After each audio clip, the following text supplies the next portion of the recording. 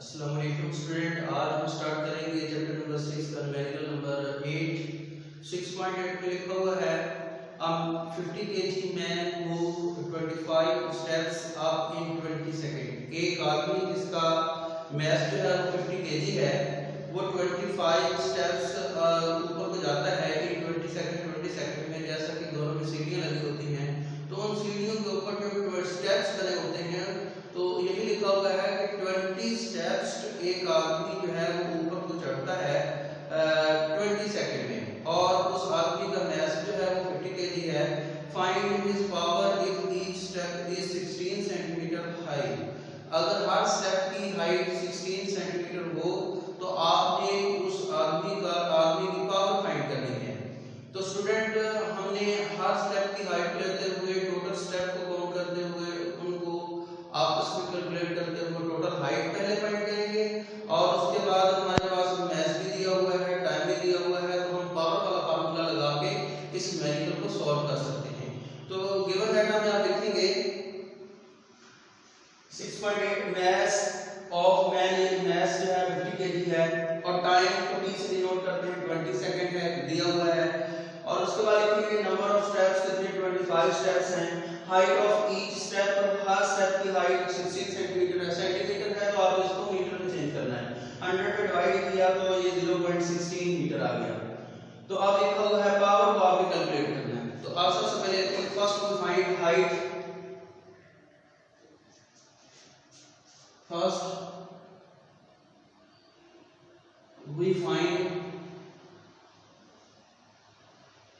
Height h। तो आप लिखेंगे हाइट कैसे निकालेंगे, ये निकालेंगे टोटल हाइट यानी स्टेप्स मल्टीप्लाई एक जो स्टेप की हाइट है 0.16, इससे हम मल्टीप्लाई करेंगे तो आपके पास आंसर आएगा ये 100 आ गया। पॉइंट मतलब कि 25 4 और 16, तो ऐसे स्टूडेंट 4 मीटर ये टोटल हाइट आ गया। अब हमने पावर का फार्मूला लगाना है। आप लिखेंगे also we know that power जो होती है वो वर्क ओवर टाइम होती है। आप स्टूडेंट हमारे पास वर्क नहीं है बल्कि मास, टाइम t और हाइट h दी हुई है।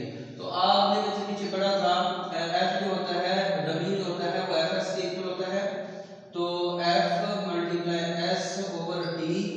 और याद रखना है अगर वो बॉडी नीचे से ऊपर की तरफ मूव करती है तो जो डिस्टेंस कवर होता है वो s जो है वो हाइट में बदल जाता है। तो इट मीन s जो है वो s h के इक्वल होगा,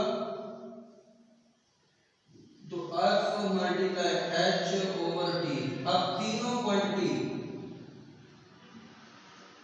ये f भी हमारे पास नहीं है, तो हम इस f की जगह पे हमारे पास जितना उसका वेट होगा f वेट के इक्वल होगा, वेट mg के इक्वल होगा, तो इसकी भी वैल्यू आपने पुट कर देनी है।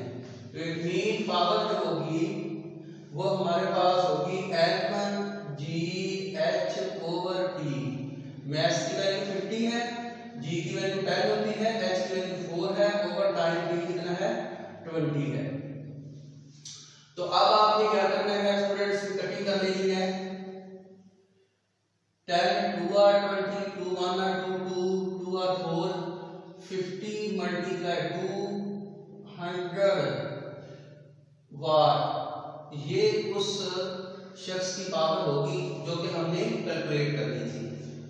तो इसके बाद आगे लिखा हुआ है 6.9 न्यूमेरिकल, जिसमें लिखा हुआ है कैलकुलेट पावर ऑफ पंप। एक पंप है उसकी पावर को आपने कैलकुलेट करना है, which can lift 200 kg of water through a height of 6 meter in 10 seconds। बिल्कुल ये 6.8 न्यूमेरिकल की तरह का न्यूमेरिकल है।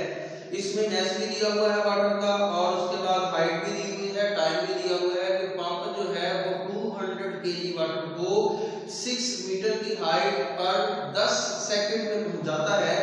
उस पंप की पावर को आपने कैलकुलेट करना है। तो गिवन डाटा में लिखेंगे मास कितना 200 kg और टाइम कितना हमारे पास 10 सेकंड है, हाइट कितनी है 6 मीटर है, ये गिवन दी हुई है। टू फाइंड में लिखना है पावर p, आपने कैलकुलेट करना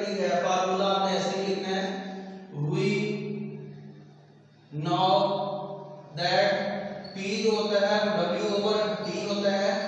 तो हमारे पास वर्क जो होता है वो दरअसल उसके फोर्स के इक्वल होगा। फोर्स दरअसल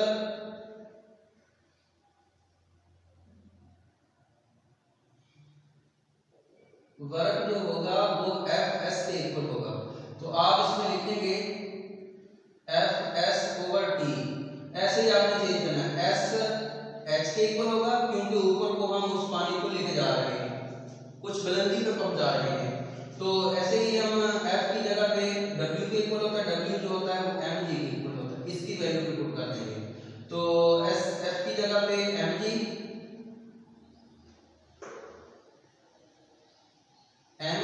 और H/T ऐसे ही वैल्यू पुट करेंगे 200 मल्टीप्लाई g की वैल्यू 10, h की वैल्यू 6 और टाइम कितना है 10 सेकंड। ये से कैंसिल होगा, 6 हुआ 1200। यही इसमें आंसर लिखा हुआ है वाट्स। इतनी उस पंप की पावर होगी जो कि 200 kg वाटर को 6 मीटर की हाइट पर 10 सेकंड में पहुंचाता है। इसके बाद नेक्स्ट मैनुअल इसका लास्ट है 6.10 लिखा हुआ है electric motor of 1 horse power is used to run water pump. एक वाटर पंप है यानी उसको मोटर जो लगाई गई है वो 1 हॉर्स पावर की लगाई गई है।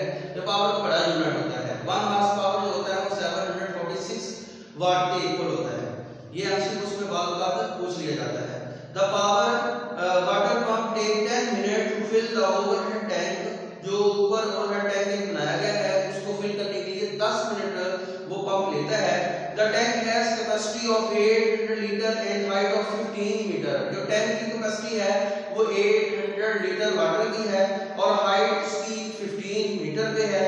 Find the actual work done by the electric motor to fill the tank. Tank को फिल करने के लिए जो एक्चुअल वर्क किया है इलेक्ट्रिक मोटर ने तो वो आपने फाइंड करना है। Also find the efficiency of the system और सिस्टम की एफिशिएंसी भी आपने मालूम करनी है। तो गिवन डेटा में लिखेंगे पावर ऑफ मोटर की पावर कितनी 1 हॉर्स पावर मैंने पहले बता दिया आपको 746 के इक्वल होता है, 6 वाट के इक्वल होता है। तो इसके बाद टाइम जो है वो हमारे पास 10 मिनट है। मिनट को सेकंड में जब चेंज करेंगे 60 के साथ मल्टीप्लाई करेंगे तो ये हमारे पास टाइम आ गया। ये भी गिवन डाटा में लिखेंगे। हाइट h 15 मीटर तक पहुंचाया गया है। कैपेसिटी ऑफ टैंक की जो कैपेसिटी उसको हम वॉल्यूम से डिनोट करेंगे 800 लीटर है। तो ऐसे स्टूडेंट वर्क डन आपको मालूम करना है, एफिशिएंसी भी मालूम करनी है। तो वर्क मालूम करने के लिए फार्मूला हमारे पास होता है वी नो दैट वर्क जो पावर होती है वो हमारे पास W/T होती है। पावर और T हमारे पास मौजूद है इसलिए हम वर्क मालूम कर सकते हैं। ये वर्क हमारे पास है P × T। तो ये P की पावर हमारे पास 746 है मल्टीप्लाई टाइम हमारे पास 600 है। जब हम इसको मल्टीप्लाई करेंगे तो हमारे पास आंसर होगा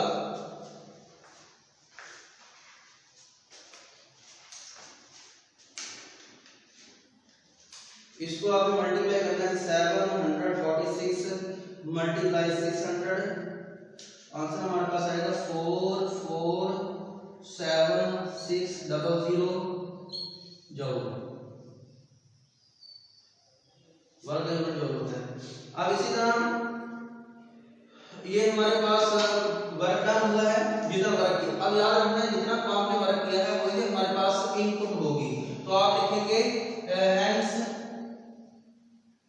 जितना वर्क डन होगा वही इनपुट होगी। इनपुट क्या होगी 447,600 जूल। अब हमने आउटपुट भी फाइंड करनी है। आउटपुट फाइंड करने के लिए जितनी उस पानी के अंदर पोटेंशियल एनर्जी स्टोर होगी वही उसकी आउटपुट होगी। तो ऐसे ही हम पोटेंशियल एनर्जी मालूम करने के लिए यानी आउटपुट भी मालूम करने के लिए अब याद रखना है एफिशिएंसी। यही हमारे पास वर्क डन मालूम करना था। ये हमने एक आंसर हमने निकाल लिया। अब एफिशिएंसी निकालने के लिए हमें इनपुट भी चाहिए आउटपुट भी चाहिए। तो तब हम एफिशिएंसी फाइंड कर सकते हैं। ये इनपुट होगी। आउटपुट मालूम करने के लिए हम क्या करेंगे जितनी उस पानी के अंदर पोटेंशियल एनर्जी होगी वही आउटपुट होगी। तो पोटेंशियल एनर्जी फाइंड करने के लिए हम फार्मूला यूज करेंगे mgh। मैस हमारे पास नहीं है, g की वैल्यू कांस्टेंट होती है,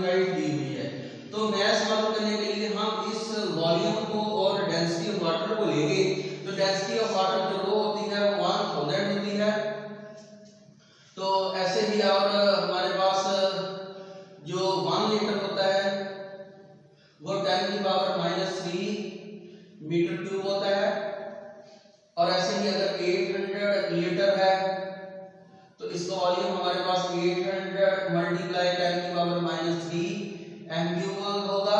ये वॉल्यूम ही होगा। अगर 1 लीटर वॉल्यूम है तो ये इसके इक्वल होगा। अगर 800 लीटर हमारे पास वाटर है तो उसका वॉल्यूम इतना होगा। तो हमारे पास डेंसिटी जो होती है वो हमारे पास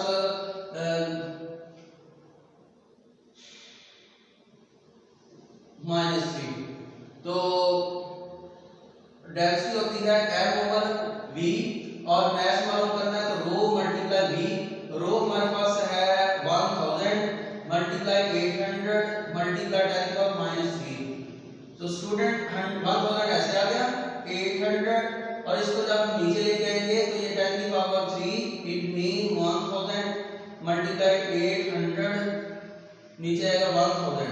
ये इससे कैंसिल हो गया तो 800 kg ये हमारे पास आ गया मैस। अब मैस हमारे पास आ गया है। अब यहाँ हमारे पास पोटेंशियल एनर्जी हम फाइंड करेंगे यानी आउटपुट होगी इसकी। आउटपुट ये होगी mgh। मैस हमारे पास 800 है, g की वैल्यू 10 है, हाइट हमारे पास 15 है। इसको हम आपस में करेंगे मल्टीप्लाई। ये 800 मल्टीप्लाई 10 मल्टीप्लाई 15 ये हमारे पास आएगा 12740 होंगे। इतनी इसमें आउटपुट होगी। अब हम निकालेंगे एफिशिएंसी। एफिशिएंसी होगी output over input multiply 100%। Output हमारे पास कितनी है? आउटपुट है 1,20,000 और इनपुट है 447,600 मल्टीप्लाई 100%।